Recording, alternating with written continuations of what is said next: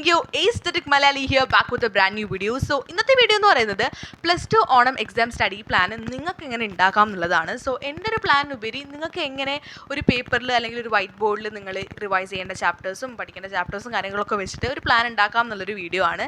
So let's get into the video. So ഈ ഒരു video എന്ന് പറയുന്നത് ഞാൻ ഫസ്റ്റ് എടുത്തിട്ടുണ്ടായിരുന്നു, പക്ഷേ എനിക്ക് ചാർജ് പോയിട്ട് ഞാൻ ഒന്നും കൂടി ഇതെടുക്കുകയാണ്. സോ ഫസ്റ്റ് തന്നെ നമ്മൾ ചെയ്യേണ്ടത് എന്താണെന്ന് വെച്ചാൽ ഒരു പേപ്പർ അല്ലെങ്കിൽ ഒരു വൈറ്റ് ബോർഡ് നിങ്ങൾക്ക് എടുക്കുക. വൈറ്റ് ബോർഡ് ഒന്നും വേണ്ട, ജസ്റ്റ് ഒരു ബുക്കിൽ ഒരു പേജ് മതി. സോ അതിൽ നിങ്ങൾ ചെയ്യേണ്ടത് എന്താണെന്ന് വെച്ചാൽ PCM എന്ന് പറയുന്ന subject is very important in +1 +2 സയൻസിൽ എന്ന് പറയുന്നത്.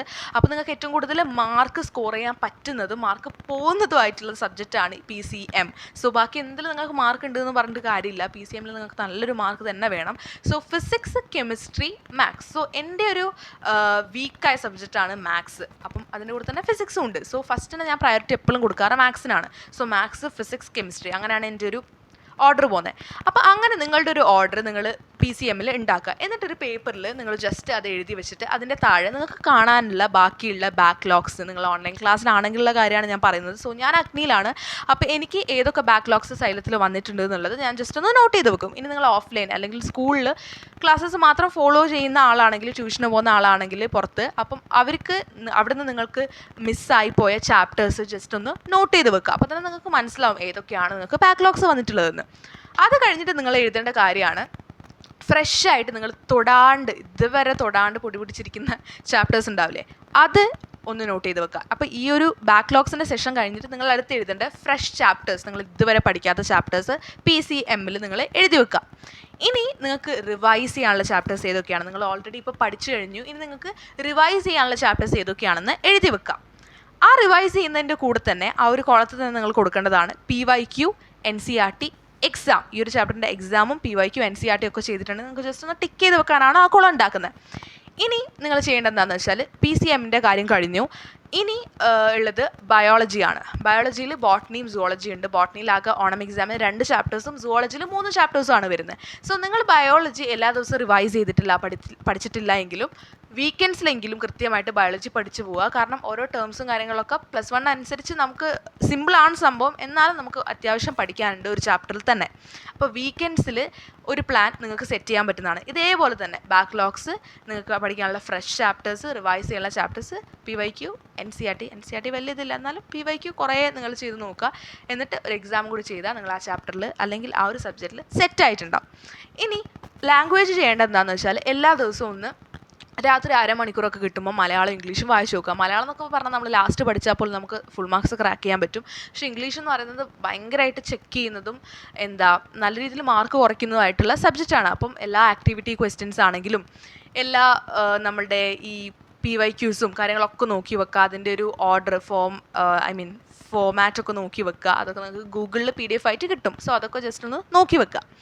അപ്പം എൻ്റെ ഒരു പ്ലാൻ എങ്ങനെയാണെന്നുള്ളത് ഞാൻ ഉണ്ടാക്കിയ ഒരു പ്ലാനാണ്. അതായത് ഒരിക്കലും നമുക്ക് മറ്റൊരാളെ പ്ലാൻ ഉണ്ടാക്കി കൊടുക്കാൻ പറ്റില്ല. കാരണം നിങ്ങളുടെ ഇഷ്ടങ്ങളും നിങ്ങളുടെ താല്പര്യങ്ങളും ഒത്ത ടൈം ടേബിളല്ല നിങ്ങൾ ഉണ്ടാക്കേണ്ടത്. സോ ടൈം ടേബിൾ ഒരിക്കലും ഉണ്ടാക്കരുത്. ടൈം ടേബിൾ ഉണ്ടാക്കുന്നത് നമ്മൾ ഭയങ്കരമായിട്ടൊരു മെഷീൻ പോലെ ആയിപ്പോവും. പ്ലാൻ ആകുമ്പോൾ നമുക്കറിയാം ഇത്ര തീർത്തിട്ടേ നമ്മൾ ഉറങ്ങുള്ളൂ എന്നുള്ളൊരിത്. ടൈം ടേബിൾ ആകുമ്പം ഇത്ര മണിക്കൂർ ഞാൻ പഠിക്കും, അതെനിക്ക് എപ്പോഴും ഒരു എഫക്റ്റീവായിട്ട് ഇതുവരെ തോന്നിയിട്ടില്ല. അപ്പം എപ്പോഴും ഒരു പ്ലാൻ ഉണ്ടാക്കാനാണ് നിങ്ങൾ ശ്രമിക്കേണ്ടത്. സോ August 18 നമ്മൾ ഈ ഒരു ഓണം എക്സാം സ്റ്റാർട്ട് ചെയ്യുന്നത്. നമുക്ക് അത്യാവശ്യം നല്ല തന്നെ ടൈമുണ്ട്. അപ്പം ഞാൻ ആലോചിക്കുന്നത് എന്താണെന്ന് വെച്ചാൽ ഇപ്പം ഇന്ന് വെനസ്ഡേ ആണെന്ന്, അപ്പം സൺഡേക്ക് ഉള്ളിൽ എല്ലാ ബാക്ക്ലോഗ്സും തീർത്തിട്ടുണ്ടെങ്കിൽ നമുക്ക് അടുത്ത നെക്സ്റ്റ് വീക്ക് മുതൽ മിഡ് ടേം എക്സാം സ്റ്റാർട്ട് ചെയ്യാണ്. സോ അതിൻ്റെ കൂടെ തന്നെ റിവൈസ് ചെയ്ത് പോകാം. നിങ്ങളുടെ സ്കൂളിൽ മിഡ് ടേം എക്സാം സ്റ്റാർട്ട് ചെയ്തിട്ടുണ്ടെങ്കിൽ ഒരിക്കലും മിസ് ചെയ്യാണ്ട് എഴുതുക. കാരണം ഫസ്റ്റ് നമ്മൾ ക്രാക്ക് ചെയ്യാൻ പോകുന്ന നമ്മുടെ ടാർഗറ്റായിട്ട് നമ്മൾ വെക്കുന്നത് ഓണം എക്സാമാണ്. സോ മിഡ് ടേമിൻ്റെ കൂടെ തന്നെ നിങ്ങൾ പോയിട്ടുണ്ടെങ്കിൽ ഓണം എക്സാമിൻ്റെ ടൈമിൽ നമ്മൾ അത്ര സ്ട്രെസ് എടുക്കേണ്ടി വരില്ല. സോ മിഡ് ടേം എക്സാമിന് അടിപൊളിയായിട്ട് പഠിച്ചിട്ടുണ്ടെങ്കിൽ ഓണം എക്സാമിൻ്റെ തലേന്ന് ജസ്റ്റ് നമുക്ക് വായിച്ച് പോയാൽ പോരെ എന്നുള്ളൊരു മൈൻഡ് സെറ്റ് ഉണ്ടാക്കി വെക്കുക എപ്പോഴേ. അപ്പോൾ നമുക്ക് ഓണം എക്സാം നല്ല സ്മൂത്തായിട്ട് എഴുതാൻ പറ്റും. ഇനി ഓരോ ചാപ്റ്റേഴ്സിൻ്റെയും ഷോർട്ട് നോട്ട്, അതായത് ഈ ഫിസിക്സ്, കെമിസ്ട്രി, മാത്സിനാണ് ഏറ്റവും കൂടുതൽ ഞാൻ ഷോർട്ട് നോട്ട് ഉണ്ടാക്കാറുള്ളത്. സോ ഇപ്പം അത് കൺസിസ്റ്റൻ്റ് ആയിട്ടൊന്നും എനിക്ക് ഉണ്ടാക്കാൻ പറ്റിയിട്ടില്ല. പക്ഷേ എപ്പോഴും നമ്മളത് ശ്രദ്ധിക്കേണ്ടത് മോഡൽ എക്സാമിൻ്റെ ടൈമൊക്കെ നമുക്ക് തീരെ സമയമില്ലാത്തപ്പോൾ ജസ്റ്റ് ഒന്ന് വായിച്ച് നോക്കണമെങ്കിൽ ആ നോട്ട് മൊത്തം നമ്മളിങ്ങനെ മറച്ചിടേണ്ടി വരും. പക്ഷേ ഒരു ഷോർട്ട് നോട്ട് തന്നെ ജസ്റ്റ് ഒന്ന് ഇങ്ങനെ നോക്കി പോയാൽ തന്നെ നമുക്ക് ഇക്വേഷൻസ് കാര്യങ്ങളൊക്കെ മനസ്സിലാവും.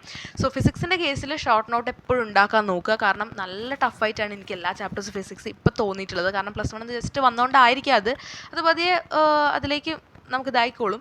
പക്ഷേ ഡെറിവേഷൻസ് എനിക്ക് എപ്പോഴും ഭയങ്കര ടഫാണ്. എപ്പോഴും ഞാൻ പകുതിക്ക് വെച്ച് നിന്ന് പോകുന്നതും ഡെറിവേഷൻസ് തന്നെയാണ്. അപ്പോൾ നിങ്ങളെന്താ ചെയ്യേണ്ടതെന്ന് വെച്ചാൽ എല്ലാ ദിവസവും ഡെറിവേഷൻസ് ജസ്റ്റ് ഒന്ന് റിവൈസ് ചെയ്യുക. ഞാൻ ഈ വൈറ്റ് ബോർഡ് വാങ്ങിയതേ അതിനാണ്, ഡെറിവേഷൻസ് ചെയ്ത് നോക്കാം. പക്ഷേ +1 എന്നൊന്നും ഞാൻ ഡെയിലി ഒന്നും ചെയ്ത് നോക്കിയിട്ടില്ല. പക്ഷേ ഇപ്പം ഞാൻ ഡെയിലി ചെയ്ത് നോക്കാൻ ശ്രമിക്കുന്നുണ്ട്. കാരണം എപ്പോഴും ഡെറിവേഷൻസിനാണ് എപ്പോഴും എനിക്ക് തെറ്റിപ്പോവാറ്.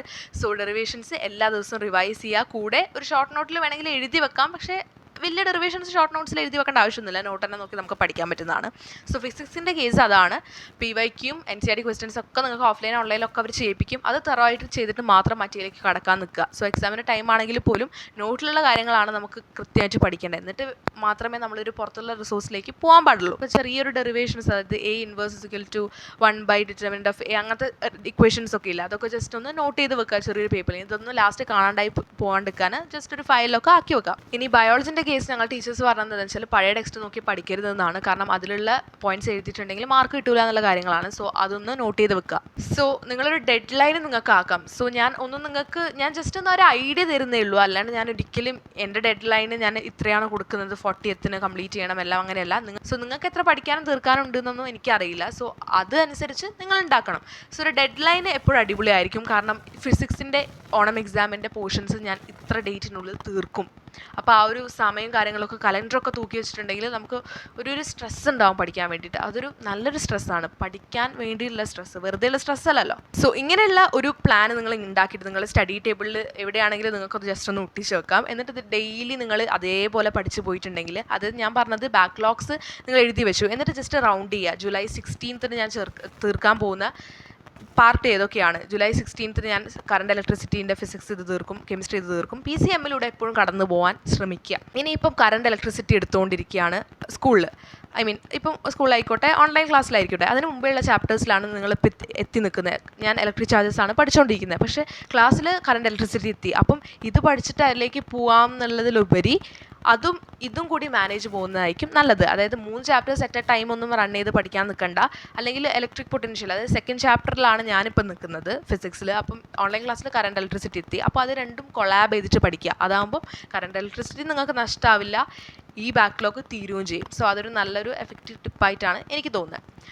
സോ ഇതൊക്കെയാണ് നിങ്ങൾ ചെയ്യേണ്ട കാര്യങ്ങൾ. കൂടുതൽ കാര്യങ്ങൾ ഞാൻ ഇനി മിസ് ചെയ്ത കാര്യങ്ങളൊക്കെ ഉണ്ടെങ്കിൽ കമൻറ്റ് ബോക്സിൽ കോമൻറ്റ് ചെയ്യുക. ഇനി ഞാൻ പഠിക്കുന്ന രീതി Day 1 Day 2 ആയിട്ട് നിങ്ങൾക്ക് കാണിച്ചു തരണോ എന്നുള്ള കാര്യങ്ങളൊക്കെ നിങ്ങളൊന്ന് കോമൻറ്റ് ചെയ്യുക. സോ ഈ ഒരു വീഡിയോയ്ക്ക് നല്ലൊരു റെസ്പോൺസാണ് കിട്ടുന്നതെങ്കിൽ will definitely do such a video. So that's it for today's video. ഒരു വീഡിയോ നിങ്ങൾക്ക് എല്ലാവർക്കും യൂസ്ഫുൾ ആയി എന്ന് വിചാരിക്കുന്നു. യൂസ്ഫുൾ ആയിട്ടുണ്ടെങ്കിൽ ലൈക്ക് ചെയ്യുക, ഷെയർ ചെയ്യുക, സബ്സ്ക്രൈബ് ചെയ്യുക. ഇറ്റ്സ് മീ യോ എസ്തെറ്റിക് മലയാളി സൈനിങ്.